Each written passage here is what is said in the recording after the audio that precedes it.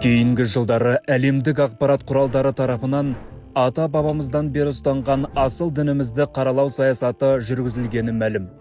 Исламды террористердің діні, өзге сенімдегілерге қысым мен жәбір жапа көрсететін идеология деп қарайтындар сан артты.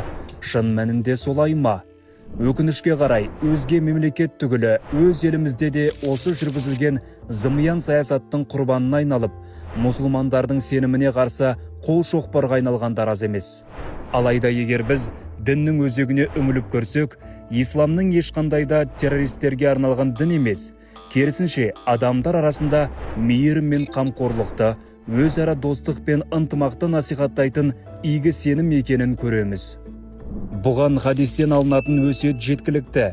Мәселен бір сөзінде ардақты пайғамбарымыз қолымен де тілімен де басқаға зиян тигізбеген мұсылман нағыз мұсылман дейді. Қысқада нұсқа айтылған осы сөйлемнен біз шын мұсылманның ақиқат анықтамасын көреміз. Имандылық жолындағы жан өзгенің өміріне қол сұғатын, түрлі теракт жасап, ел үшін дүрбелең қылатын қылмыскер болу түгілі, басқа адамдарға тілімен де зиян тигізбейтінін түсінеміз.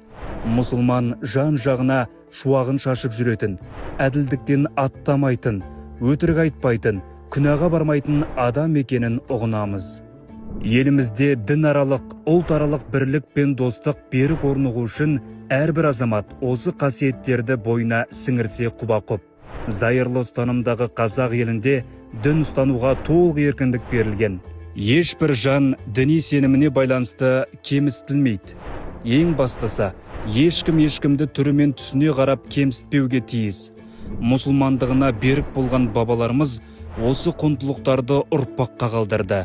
Бүгінгі ұрпағы атадан жеткен ардақты қасиетін паш етсе, елде бейбітшілік пен бірлік орнайтыны сөзсіз.